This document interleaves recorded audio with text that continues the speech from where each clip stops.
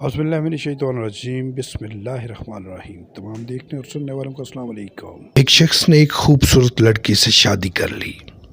बहुत मोहब्बत करता था अपनी बीवी से, मगर एक दिन इस लड़की को जल्द की कोई बीमारी लग गई, जिससे इसकी खूबसूरती रोज़ बरोज़ घटती जा रही थी।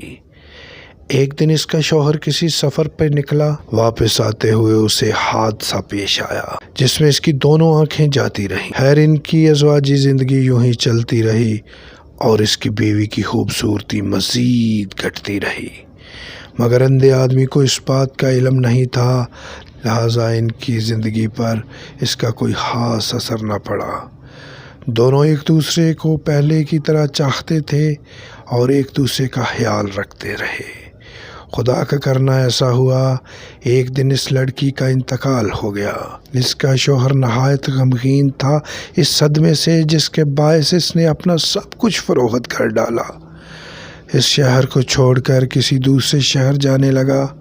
जाते हुए रास्ते में एक शख्स ने पीछे से आवाज़ दी और कहने लगा, अकेले कैसे जाओगे?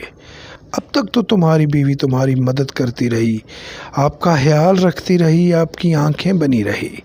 अंधे आदमी ने जवाबन कहा, मैं अंधा नहीं था, मगर ऐसे इसे दिखाता रहा जैसे मैं अंधा हूँ, क्योंकि अगर इसे ये पता होता कि मैं इसकी बदसूरती देख सकता हूँ तो ये एहसास इसकी बीमारी से ज़्यादा तकलीफ़दा था। इसलिए मैंने अंधा होने का ड्रामा किया। वो बहुत अच्छी बीवी थी, मैं बस इसे खुश रखना चाह रहा था।